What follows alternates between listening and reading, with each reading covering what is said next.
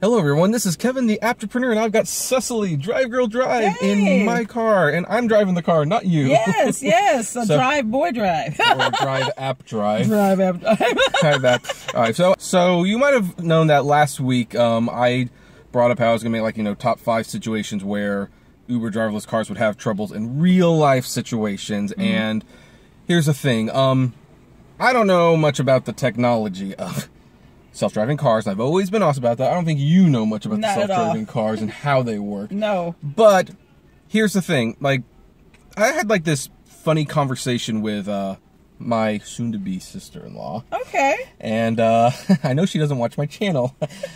And if she does, I guess I'm gonna get a call from my brother. But anyway, you know, we had a conversation, and I won't say what it was about, but it was political, and I was like, where do you get your facts? And she was like, I got them from San Francisco University. And she's like, where'd you get yours? And I said, the real world. Oh. Yes. Okay. And I say this because I kind of feel like when the conversation comes with the driverless cars are coming, they're making them, people forget that there is a real world out there in real world scenarios. True. Right. So I think it would be fun to go over some scenarios where it's like, I don't know how a computer could logistically think about these situations. Okay. And we'll start with like a very, very basic one, since, you know, I think we all can agree that the main positive thing for Uber and Lyft is, you know, the 2 a.m. rush where people are getting out of the bars, and you would much rather you drive them home than they drive themselves home. Right. And how many times have you had the hassle of people walking up to your car thinking you were their Uber, but you weren't their Uber? All the time. Yeah, all the time. Yeah. So one of my first questions is, what is a driverless car going to do? Because I mean, you can have on the app the license plate number, the color, and you can even put in like a code in each car when it gets there to prove that you're the rider. Right. I mean, of course, this sounds logistical until you're dealing with drunk people. Exactly. Who don't even remember their name sometime. Right. Seriously. Yeah, because I mean, when I always go up, and I always encourage you folks to do this too, I don't always just let someone in. I always say, what's your name? Exactly. And some people, of course, ask, why do you want my name? And it's like, well, to find out if I have the right person. And It's kind of amazing how many people don't even realize what name they call the Uber under. Yes. And so the driverless car thing, it's like, well, you don't have that person to facilitate that. Exactly. For that matter, you know, they might not be able to grasp the concept that they have to punch in a code to confirm that Uber. And how long does the Uber wait? Exactly, because you could be sitting there trying to figure it out, and then they'll leave you after a couple of minutes because you haven't put in the code or whatever else. Right. Is this going to be like a password thing where it's like after 5 tries, the Uber just locks up, I know. up and you got to reset your password? I know, right? It just drives off. Can you imagine that? That's going to happen. Yep. I'm just curious how they're going to handle it. Yep.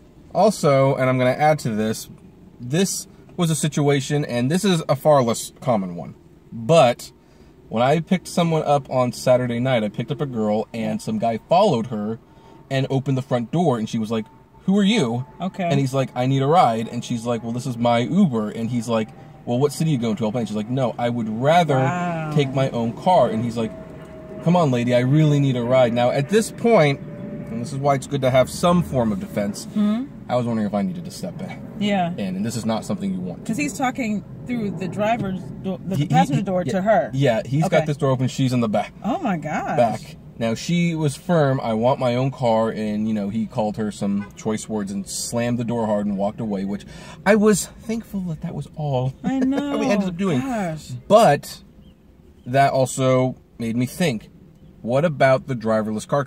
Because I tell people all the time, never underestimate people's determination to be cheap or very, very drunk. Right. Now, my question is, now that, because this has never happened before in the 2 years of driving, I've never had someone try to get into someone else's Uber car without knowing them. Yeah. I mean, as a driver, I've never had that happen. Right. Either. Yeah. That seemed like a common courtesy most people wouldn't even pass. Absolutely. But in this case, it was passed. So it's like, well, if there's no driver in the car and the passenger is saying no, but the person in front is super insistent, right? Who stops that person from getting in the car? No one's going to. No one can. Yeah. Oh, wow. So that could be, yeah. That was a situation I'd never thought of before. Okay, you've been thinking about these things. It's pretty good. I have been thinking. Yeah. What are some situations you think of where, like, you know, it's just like not having someone there would cause a problem? Here's one that I think happens, and it has been kind of common for me, and I don't know why. I think there's a lot of fraudulent activity with Uber accounts down here in Los Angeles, is when I pick up someone and someone else called it for them, and we start the trip, and that person cancels. So it's like, what do I do with you now?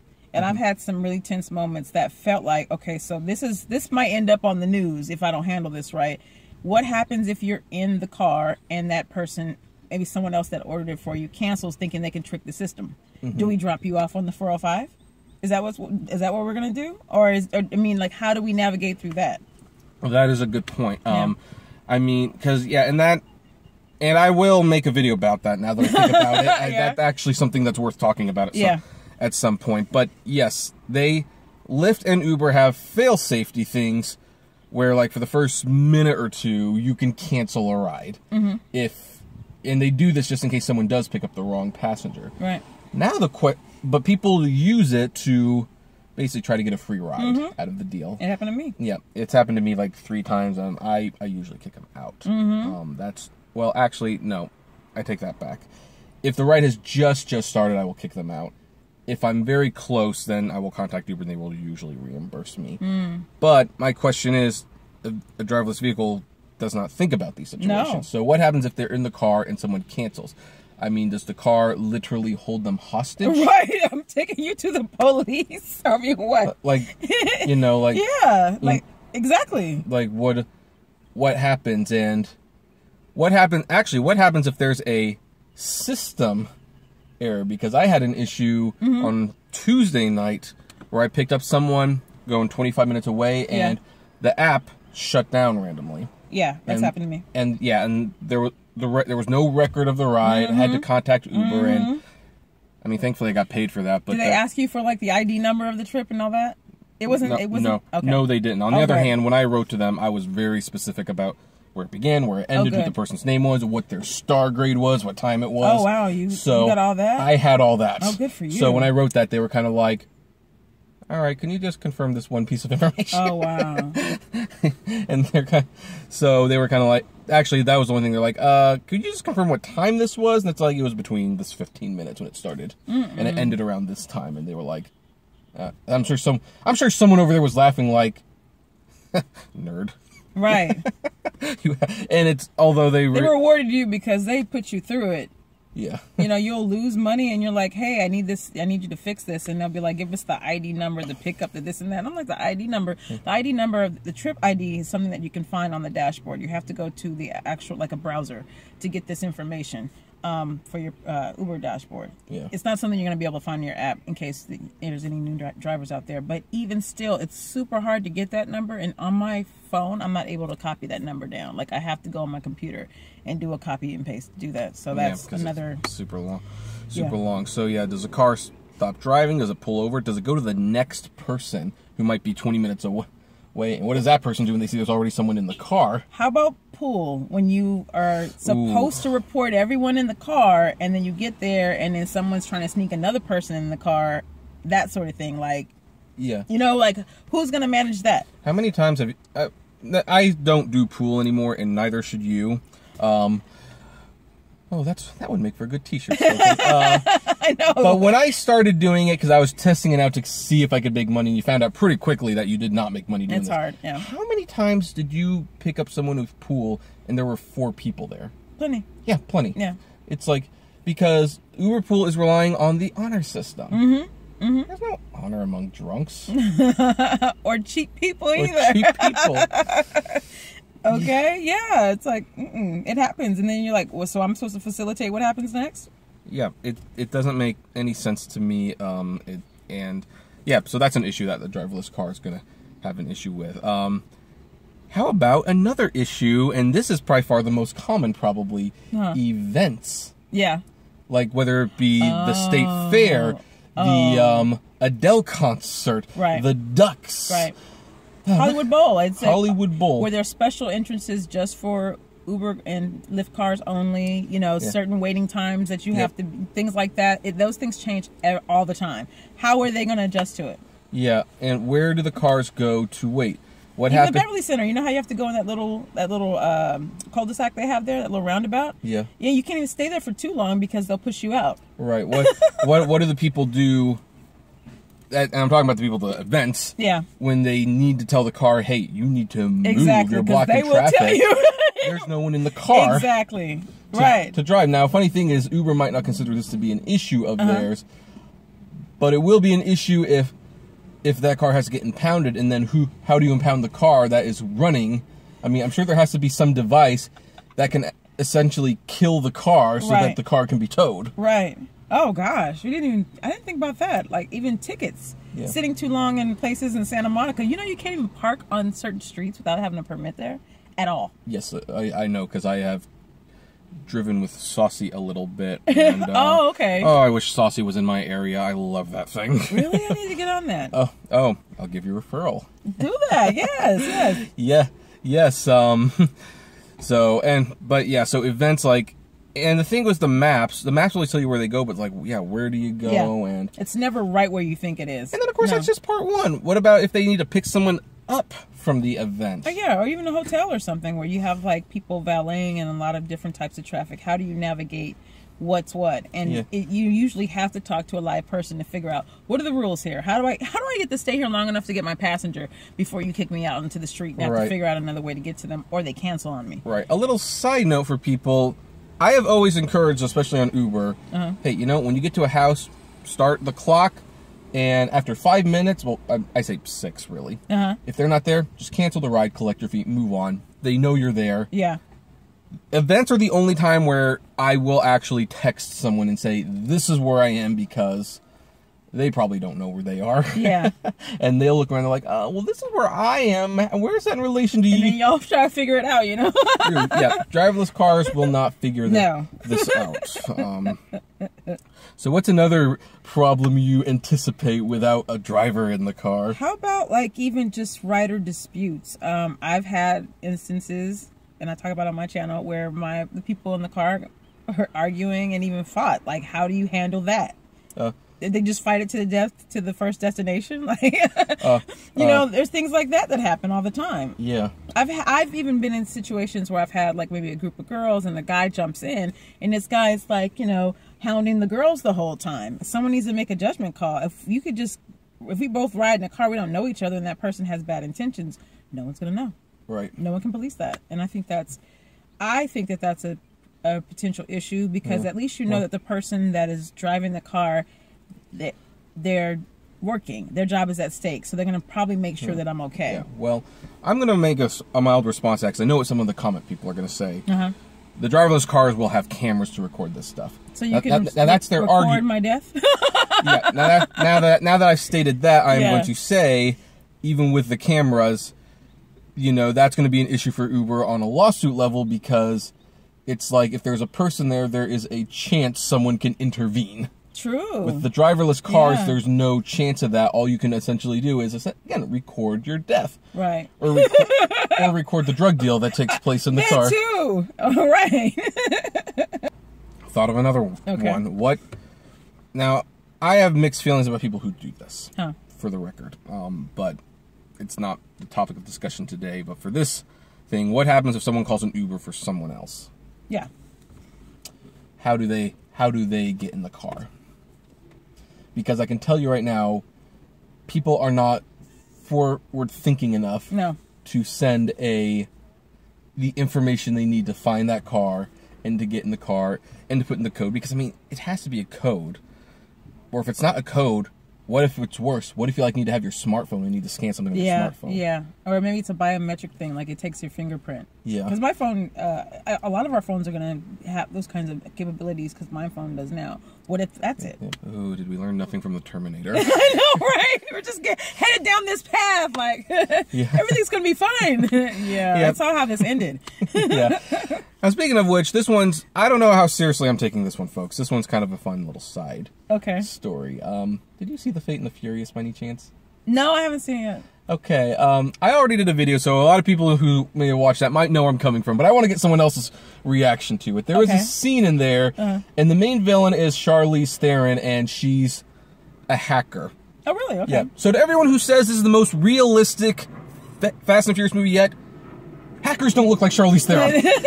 Actually, I was watching this thing last night, and it's like the world's most beautiful hacker, and she's really gorgeous. Really? Yeah, I got to show you that video. I was watching one of those like 10 people you never would think would do, you know, one of those kind of things on YouTube. Well, yeah. Well, she's really pretty too. Yeah. Well, my two thoughts when I first saw her in this movie was, A, that's too pretty to be a hacker, and B, she's way too good of an actress to be in this movie. Oh, wow. Okay. But there is a scene where they need to they want to intersect the Russian ambassador who has launch codes for nuclear warfare.